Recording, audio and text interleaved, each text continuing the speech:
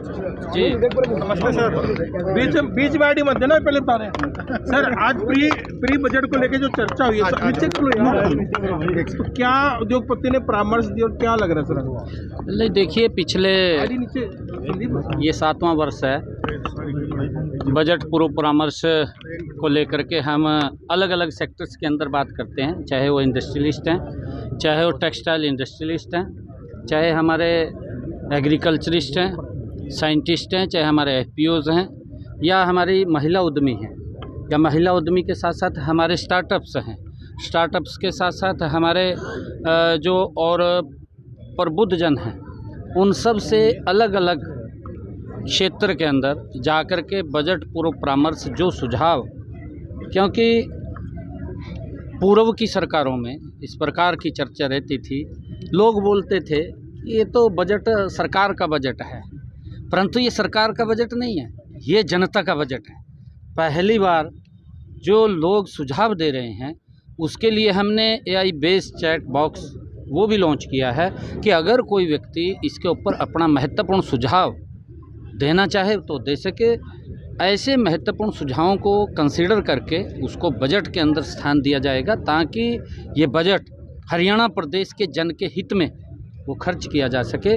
देश के यशस्वी प्रधानमंत्री आदरणीय मोदी जी का जो विज़न है 2047 विकसित भारत, हमने मिलकर के विकसित हरियाणा मजबूती से खड़ा हो, उसको लेकर के ये बजट पूर्व परामर्श के अंदर बहुत सारे अलग अलग वर्ग के लोग 50% टैरिफ लगा, उसकी राहत पैकेज की मांग कर रहे हैं उद्योगपति, उसको लेकर क्या सर सरकार? नहीं, आज उनके सुझाव आए, मैंने कहा है ना, उन सब के सुझाव आए हैं। और मैं आज ये भी कहना चाहूँगा कि हमारे जो इसको लेकर के मुख्य बातें हैं कि हरियाणा की जनता ने पिछले दिनों लगातार हमारे विपक्ष के नेता अलग अलग कई प्रकार की टिक्का टिप्पणी वो करते रहे हैं। चुनावों में कांग्रेस के दावों को हरियाणा प्रदेश की जनता ने नकारा है। उनको, क्योंकि जिस प्रकार का उन्होंने काम किए हैं और जिस प्रकार का उनका काम करने का तरीका था, उस बात को हरियाणा की जनता ने नकार दिया है। जो ज़मीनी हकीकत है कांग्रेस की, उसके पास उसकी ना तो नीयत है, ना उसके पास नीति है, और ना ही उसका नेतृत्व है। पता नहीं लगता, आज भी मेरे ख्याल से पिछले 10 दिनों से कुछ मंथन चल रहा है, यात्राएं भी निकल रही हैं, आप देख रहे हैं।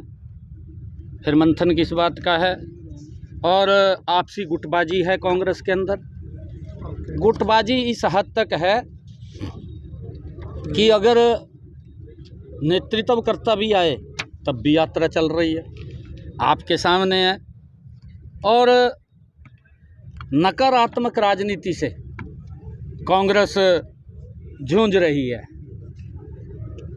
और जबकि अगर आप दूसरी तरफ देखें, देश के यशस्वी प्रधानमंत्री आदरणीय नरेंद्र मोदी जी के नेतृत्व में भारतीय जनता पार्टी लगातार मजबूत हो रही है।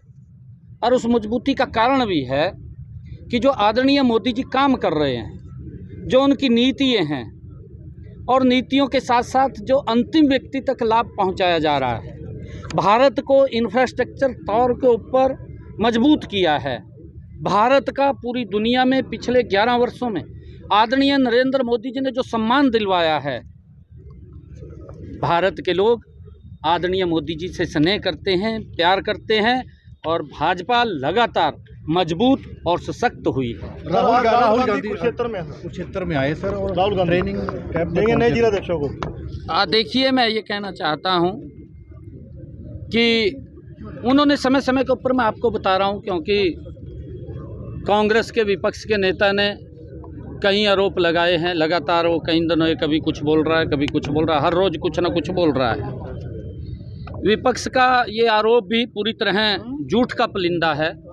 मैं बताना चाहूँगा कि प्रदेश के लोग जानते हैं कि कांग्रेस के कार्यकाल में अभी पिछले दिनों उन्होंने कहा कि बाहर के बच्चे नौकरी लग गए। ये इस प्रकार का लगातार झूठ का एक वातावरण बवंडर तैयार करने का काम कांग्रेस कर रही है। ये प्रदेश के लोग भी जानते हैं कि कांग्रेस के शासनकाल में तो नौकरियों की बोलियां लगती थी। कौन नहीं जानता, हर व्यक्ति जानता है उनके शासन में। और जब ये विधानसभा का चुनाव चल रहा था तो उस समय मंचों के ऊपर क्या क्या बातें कांग्रेस के प्रत्याशियों द्वारा कही गई, और जो ज़्यादा पैसा देता था उसको नौकरी लग जाती थी। आप सब जानते हैं हालात तो ऐसे थे कि जिनकी नौकरियां लगनी होती थी उनके नाम पहले ही अखबारों में छप जाते थे। अखबार वाले टीवी वाले दिखाते थे भाई इस आदमी को नौकरी लगेगी। ये इस प्रकार का वातावरण ये कांग्रेस के अंदर था। कांग्रेस शासन में नौकरियों में जो बंदरबाट होता था, आप सब उस बात को जानते हैं कि जब प्रदेश के लोगों ने 2014 में भारतीय जनता पार्टी को जब शासन करने का अवसर दिया, मौका दिया, जनसेवा का मौका दिया, तब हमने संकल्प लिया था कि हरियाणा प्रदेश में नौकरी बिना पर्ची बिना खर्ची के युवाओं को मिलेगी। और पिछले 11 वर्षों में हरियाणा प्रदेश के अंदर, क्योंकि विपक्ष के नेता लगातार ये बात बोल रहे हैं कि नौकरी भी नहीं लगी। भाई आप 10 साल तक मुख्यमंत्री रहे, आप कम से कम प्रदेश के लोगों को बताएं कि हमने 10 सालों में कितनी नौकरी दी, यह भी बताने की कृपा करें। और किस आधार पर दी ये भी बताने का काम करें। हमने बिना पर्ची बिना खर्ची के हरियाणा प्रदेश के अंदर लगभग 2 लाख नौकरी देने का काम हमारी सरकार ने किया है। जबकि अभी वर्तमान में प्रदेश में 15,000 पदों की भर्ती प्रक्रिया भी जारी है। आज गरीब परिवारों के बच्चे भी हरियाणा में SCS अधिकारी लग रहे हैं। क्या कांग्रेस के मुखिया ये बताने का काम करेंगे कि आपकी सरकार में गरीब परिवार के कितने बच्चे नौकरी लगे? कोई SC समाज का लगा हो, कोई BC समाज का लगा हो, कोई बताने का काम करे। या कोई गरीब परिवार का लगा हो, जर्नल में से भी कोई गरीब परिवार का लगा हो। नहीं, वो नहीं लगते थे। लगते कौन थे? जो उनके चहेते थे। चहेते के कोई मासी का लड़का है, कोई बुआ का लड़का है, कोई मामे का लड़का है। ऐसे लोगों को चुन चुन करके भी ये फलाने मंत्री का बेटा है। आज सुना है किसी मंत्री का भी बेटा उसके ऊपर लग गया इन पिछले 11 वर्षों के अंदर? सुना है क्या? और उनके समय के अंदर आप भी छाप देते थे फलाने मंत्री का बेटा वो SCS अधिकारी लगा था, लग जाता, क्योंकि आपके पास जानकारी ज़्यादा होती थी, उनके पास कम होती थी। इस प्रकार का तंत्र नौकरियों में इनके समय में चलता था। कांग्रेस बार बार तथ्यहीन आरोप लगा करके जनता को गुमराह करने की कोशिश कर रही है। आज लोग इनके कारनामों को समझ चुके हैं, जान चुके हैं, और कांग्रेस की नीतियों का परिणाम आज कांग्रेस भुगत रही है। ये कोई और